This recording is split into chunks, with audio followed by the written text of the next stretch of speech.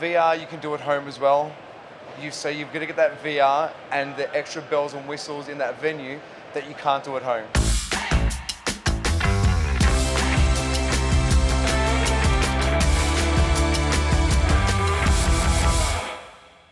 All right, we are back at the Vive Theater, courtesy of HTC in Orlando, Florida, at the annual IAAPA convention.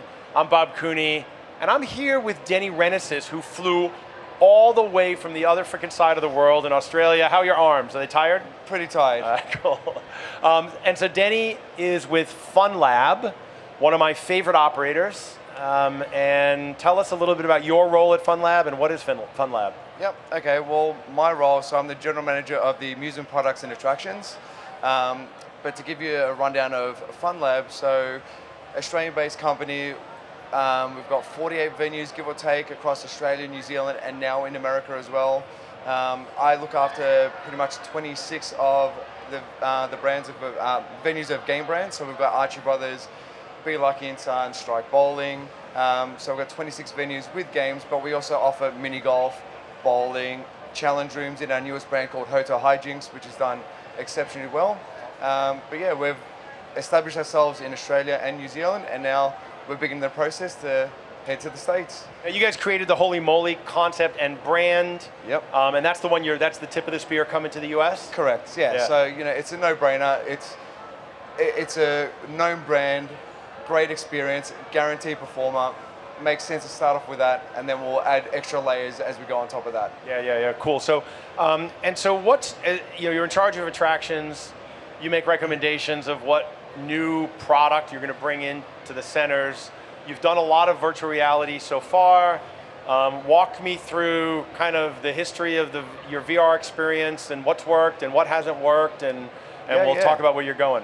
Hey, and look, we all know, so with our FEC venues, labor is one big key element of what we do, right? Especially in Australia, right? Because you actually pay people a living wage, unlike America, which keeps its workers in poverty. That's right. And our dollar's terrible as well, so it doesn't even help. But look, with VR, we've gone through some trials. We've learned a lot over the years. The key for us is our non-attended units do very well for us. Our VR Rabbids from LAI, we've got their Storm from Triatech, and we've got the SpongeBob VR out of Creative Works / Major Mega. They're a real core performers, consistent earners, very easy to play, easy to learn, hard to master kind of games, especially for the SpongeBob. That's our key element that's done very well. And we have dabbled in, the attended units as well with Positron, with Spree and Phenomena as well. All right, so let's talk about the simulators, because it's interesting. When Rabbids came out and they proved that you could do unattended VR, and it was pretty quick smash hit, performed really well. And then when Raw Thrills came out with King Kong of Skull Island, and then Triotech came out with Storm, I was, as just an industry observer, I was surprised and not surprised that other companies were following that lead. But I was surprised at how quickly operators just doubled and tripled down in one location because I thought, all right, how many VR coasters are you going to put in one arcade? Yep. And I thought they would cannibalize each other. So what's your experience been with that? Well, two of our bigger venues, I've actually got 3 units in the same venue. So I have the Rabbids, Storm, and the SpongeBob all together. And the great thing is they actually complement each other because they're a different experience. So with VR, once guests have gone on it, they go, holy, can't swear. Wow, that was an amazing experience. We can swear here. We can? Okay, it's Bob great. Cooney Show. Beautiful. So they go, that was an amazing experience. And then it just opens up the doorway to the next ride and the next ride. So the replayability for those is just amazing because it's a higher price point as well. Yeah, so and I know you guys follow data, and so do you track what percentage of your customers do multiple simulators in that location? Yeah, we do. So we analyze repeat play for our guests. It's hard to get that data, but we get it. But once again, we notice a trend where the VR, once they've played one, they're usually going to play the others as well. And that's for our bigger venues. Generally, our venues will have one machine in there, but there's repeat play because of the Rabbids, the Storm, and the SpongeBob. There's multiple layers on there where there's multiple rides for the Rabbids and the Storm, so you can play again and again. And SpongeBob, you've got the ability to switch from being the driver to the gunner. Yeah, yeah, and that's, I'm assuming where you have all three. I think I saw it was at the Chadstone location. Yeah. Is that making you think about putting more double up in simulators in locations based on that success? Definitely, Yeah. definitely. I mean, look, the price point on those machines are high as well. Especially with the Australian dollar. Oh, right, tell me about it. But we always have to, think about our ROI and square meterage, right? So these are big units. For that, where I've got 2 playing positions, I could potentially get 4 to 6 of, a smaller redemption game, prize game, what have you. So it's always that balance of going, what's the right mix? So if I was to double up on, VR units, I'm then going to have to add some smaller redemption pieces to kind of balance it out. And so, all right, so we talked a little bit about simulators. Let's talk about price point there, though, because you mentioned that the price points tend to be higher on those. How do you manage the fact that VR is expensive to buy and support? It supports a higher price per play because it's an amazing experience for people, right? It's a roller coaster. But there's also this kind of share of wallet thing that you have to manage as an operator. And I don't know how much you get into pricing strategy there, but I'm just kind of curious about your thinking around. You could probably charge more for those rides than you do. And one of the things I see is people, I call it undercharging, but that's in a vacuum, right? Yeah, and you're spot on there, right? Because we could definitely charge more for these VR units. They're a great experience. But once again, we want that value for the whole session. It's not just, we don't want the guests to focus on just one piece of what we do. There's a whole journey that you come into. So Funlab, we really look at the guest journey from start to finish. So as you walk in, what you're seeing visually, what you're hearing, and then we try and cater the journey so you're getting a bit of everything.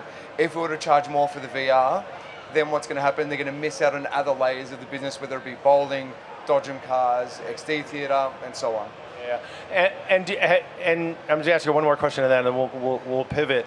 From a pricing standpoint, where you have the 3 simulators, have you thought about like bundling them together, where you get like a 3-pack, and have you tried it, or what's your thinking there?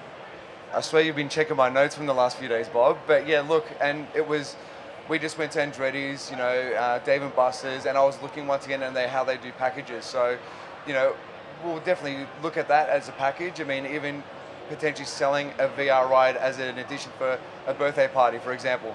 Birthday child gets a free ride on the VR, which usually they don't normally get, but we can just add that on as a layer. So we're looking into that now at the moment. Yeah, cool. I think there's a lot of opportunity there to create amenities and different types of currencies around the VR stuff. And I've been encouraging the industry for years now to bundle the VR together and make it an attraction. Because if you take 5 VR arcade games, you put them together, now you've got an attraction and you can charge differently. So it's good to see. Keep me posted on how that goes.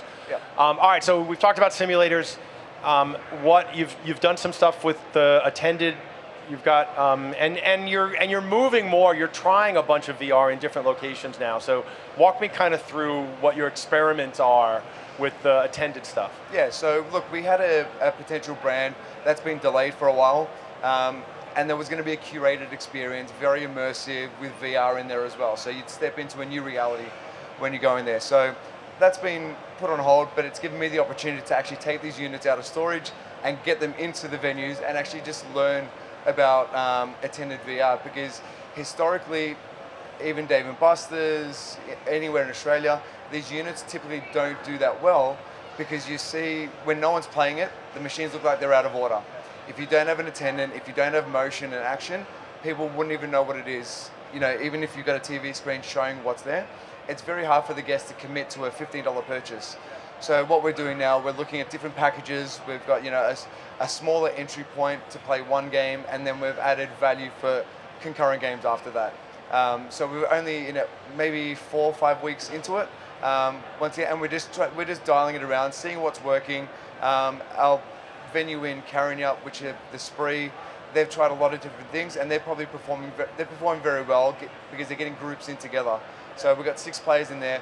Getting the group in there together as one is the best part. You don't want people going in there as single, and even couples, it's a bit harder to kind of upsell it. But when you got a group of 6 people, hey guys, jump in. If it's quiet, I'll give you a free game as well. If you pay for one, get one free. Once they play it, they go, wow, it's amazing. Just like at XD theaters as well. Until you ride it, you don't know how great it can be.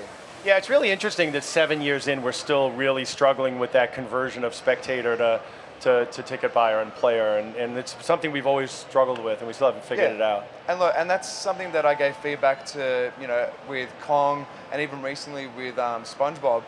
The guests are hesitant to take, $10, $15 out of their pocket because they don't know what they're getting. And I think more has to be done promoting and really showing at a basic level, hey, this is what's going to happen once you put on the headset. This is the fun you're going to have once you get in the arena. That's where that's the gap that's missing. Once guests go on there, we do a lot of free games. They go, holy crap, that was amazing. Yes, I would have paid $15 for that. But it's that unknown leading up to it is where the guests are hesitant. So do you have a recommendation for the industry of how they can tackle that? So you've got to create, once again, show exactly what the guest is going to be doing, almost to the point of showing on a screen, hey, you're going to put on the headset and then it takes you into the world. Here's what you're actually going to see while you're playing it. And then a third person view. Here's what the spectators are going to see. Like, get them really to understand what's happening. If you look at, Tritech, what they've done now, they've got the cube and they've got their new Cowboy one. Cowboy one's basically the cube without the cover. So now guests can actually see what's happening instead of going, oh, there's a closed box, don't know about it, it's not for me. But now they actually see, this is what I'm getting. The seats move, there's air coming out, there's people enjoying themselves. That's what I want. That's what the attended VR need to work on. And so on this Spree Arena, for example, and I've been watching Hero Zone across for 3 days, and wondering why that back wall isn't just short throw video projectors. Yeah. Like that would add $3,000 worth of cost or $4,000 worth of cost to that, right? And so I think you're right. I do think the message is going to be different. I think the challenge of creating a video message that sells, nothing sells it like a person. And I think, so from an attendance standpoint, do you struggle getting attendance? First of all, are they dedicated? Can you afford to pay somebody to sit there all day just on one attraction? So peak periods, we generally have someone at each attraction. Off peak, we'll have someone and we'll cycle through. Maybe if it's a lower peak period, we'll have a cycle between Dodgems, VR, XD Theater. So at half an hour, you get half an hour of VR time, and then the next half an hour will be running rides at Dodgems and so on. That's how we kind of solve that labor problem. But once again, what we do and what I encourage everyone, instead of having a team member standing there, and this is for any attraction, number one, go out, give someone a 2-for-1 offer. If they don't want the 2-for-1 offer, you know what? Come over for a free game. Or do competitions. Here's a little quiz. The first 5 people to guess the number in my head, you get a free ride on this ride. Then what's going to happen is other guests are going to see people playing, enjoying themselves, coming off with a smile on their face. Now I'll play. Just like you walk past a restaurant, you wouldn't go into one where it's empty. You go where there's people in there. It's the same deal with this, but it applies for VR and any other attraction. And so, and what have you done on for your employees to incentivize them to do that, right? So there's one thing, asking them, training them to do it, making them do it, but how do you actually get them to do it? I've always felt like, put them on a freaking commission. Give them a bonus based on how many plays you get or something like that, but I don't know if that's practical within a big organization with a comp strategy, right? Yeah, and probably not the way we do it in Australia either, but... Very American, isn't it? It definitely is. You don't like it, pay them more! Look, number one, we started from the high point where I've helped the business and the managers with KPIs. Broken it down to exactly how many games per hour you need to sell so we make our budget for the week. So we've got a clear budget, clear KPIs, the team get involved in that, but we give them the ability to once again go, hey, if you can make 2 rides an hour, you've hit your quota, give out free games. Do something unique that's unique to you and that you're going to own to get people in. So we give them, you've got to be firm to say, hey, here's the expectation. But we want to give them the flexibility to go, hey, I'm going to get it my way. Yeah, it's good. All right, I'm gonna come out from left field now. So you guys have been operating in Australia and New Zealand. I've always said Australia is like California with kangaroos, but there are other cultural, which is a compliment, by the way. I love California, I love kangaroos, so nothing bad about that. But there are other cultural differences. You just pointed out at one around like me. I was like, you pay them more, and you're like, it won't work in Australia. What, as you're coming to America, what are you guys talking about and thinking about the cultural differences here, and how do you think that that's going to impact, the move over here? it might sound super simple, but just terminologies is one thing. You know, if I say, you know, thong, for example. Fanny pack. Fanny pack, very different. So those little things that we all giggle about, that's actually a reality of how, you know, from an Australian business talking to Americans, it's very different. It's like a different language at times. So yeah, so we call it a fanny pack, they call it a bum bag. And because a fanny in Australia is a female anatomy. Yes. And so I'm glad you said the other that. one, I do a lot of pet sitting, right? And so and one of my favorite dogs, we go to Pet Sit Turbo here in Kingscliff in a couple of months, and he's what they call a groodle, which is a golden retriever poodle mix. Now in America they call them golden doodles, but doodle is another word for penis in Australia. And so you can't have a dog called a golden penis, golden doodle, so they call them groodles. So there's these little cultural things that actually matter. Yeah, and that's exactly right, and that's what we've learned. You know, we've started in San Fran, and you know that was one of the big takeaways from the business is how we address the team and how we talk to the team. It's very different, and as you know, Aussies are very laid back as well. Not to say that we're not respectful in any way, but we've just got that. Until you've had a couple of beers. Yeah, then we're a write-off. But yeah, it's just those little things like that which we've adjusted to as we're moving forward. So, you know, we've got our second venue, which, so we've got San Fran, Denver was our second one, and a third one at the start of the calendar year will be in Austin. So, nice. you know, I think we've got it down pat, but it's just those little things like that. You're also going into tech hubs, like San Francisco, Denver, Austin are kind of technology hubs. Yeah. You know, is that on purpose? Definitely is, and once again, just we were able to take over 2 venues, so it was just very convenient. Once again, it's an easier way of jumping into the market for something that's already established. So yeah, cool. Yeah, that's great. So you did mention this other concept. It was kind of going to be like a curated art experience. I was obviously involved in some of the planning around that. Yeah. What's led you to kind of pause on that project? Can you say? Just we have reflected and learned about what we're doing. Once again, we want the experience to be spot on when we get there. As you know, we've had a lot of discussions over the years about it. Just going, does it make sense? We don't want it to in the theory and the terminology, but we want to make sure that from, once again, bridging that gap of what am I actually going to be paying for. But also we're capitalizing on the success of our Hotel Hijinx rooms, our challenge rooms. They've done well. It makes perfect business sense to capitalize on that and expand that. And expanding in another country, there's a lot of things going on. Yeah. Okay, fair enough. Do you think VR's, like upon reflection, was one of the things, is VR really ready for prime time to build a venue that's 100% VR? That's a risky one at the moment. I still believe, once again, it's VR you can do at home as well. You've got to get that VR and the extra bells and whistles in that venue that you can't do at home. That's the same reason with the machines I purchase for our venues and our brands. I try and cater to what you can't do, you know, in your bedroom at home. You and I could be sitting across the other side of the world in my undies playing a game with you that, you know, and it's like we're right next to each other, but we want that out of home entertainment and experience. Fair enough, great. Dennie Renessis, thanks for spending some of your extremely valuable time. You're very welcome. Hopefully that microphone wasn't too heavy with those heavy arms. I've been spruiking for years. I'm all good. All right, so that's it for this session. We'll be back at the top of the hour from the HTC Vive Theater in Orlando. Thank you. Thank you.